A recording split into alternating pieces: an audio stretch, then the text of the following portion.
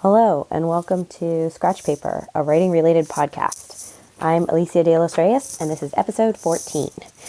And we're going to take a quick break from the series on how to get your writing published and have a little celebration podcast. So if you're new to the podcast, thank you so much for listening. And if you are a returning listener, thank you so much for keeping up and listening in.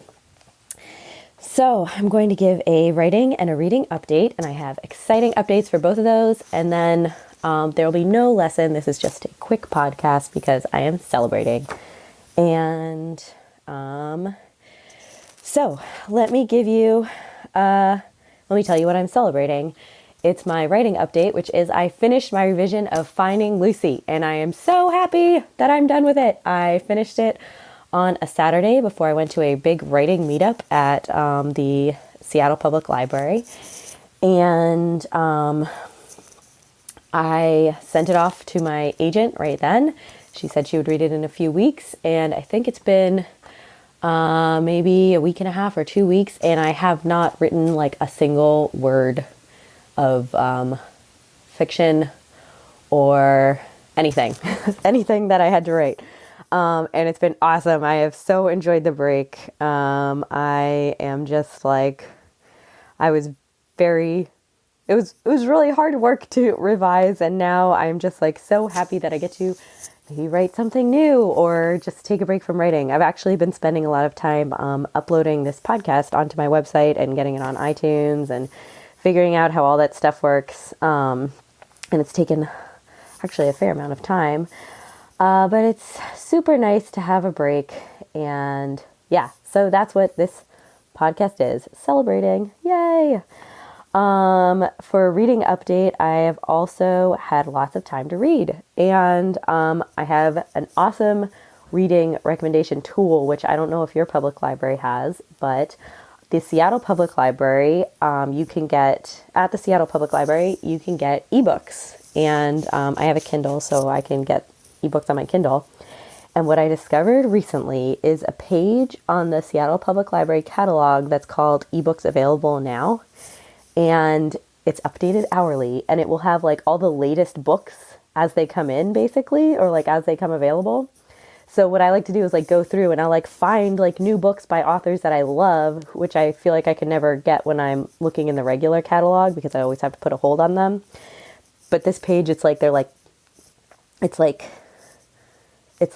magically available new books. And it's really fun because I always get like the last copy of one book. So I found a really awesome memoir by Carrie Brownstein called Hunger Makes Me a Modern Girl. And Carrie Brownstein was in Sleater-Kinney. I guess Sleater-Kinney is back together, so she's still in Sleater-Kinney. And I devoured it and I loved it. And I've been talking about it to everyone I know. She's just like, in addition to being a totally awesome musician and like creative genius, she's an excellent writer, like an excellent writer.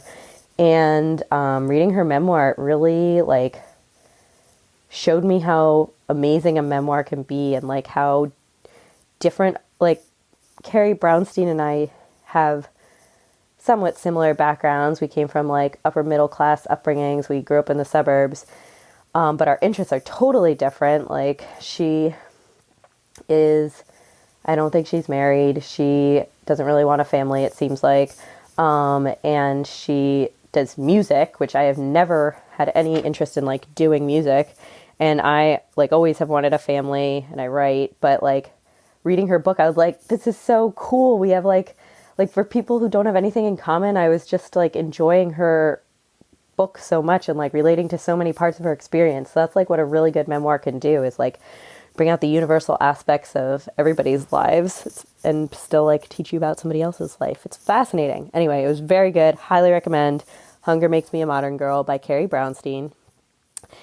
I also read another I read an essay on ambition called The Snarling Girl by Elisa Albert, and I've been rereading it because I love it so much. I like didn't want it to end, and it was just like really, really empowering and mind-blowing and so awesome to read. It's about ambition and women, and I just go read it, especially if you're like a woman. Yeah, highly recommend it. It's called The Snarling Girl, and it's by Elisa Albert, who now I'm going to go check out her novels because I like that essay so much. So next week we'll get back into how to get your writing published. I just want to take a quick aside and celebrate the fact that I'm finally done with my revision. Now, I might revise more later. My agent might come back and say, "This sucks. Do it again." That would be okay. I could do it again. But for now, I have nothing to do on my manuscript. I get to start a new one or write something else or upload more of my podcast. So I look forward to talking to you next week. We're going to talk about how to pitch nonfiction essays, and that will be fun too. Thanks for tuning in and celebrating with me. I hope you have something to celebrate in your writing now or soon.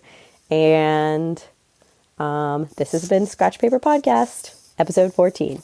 Bye.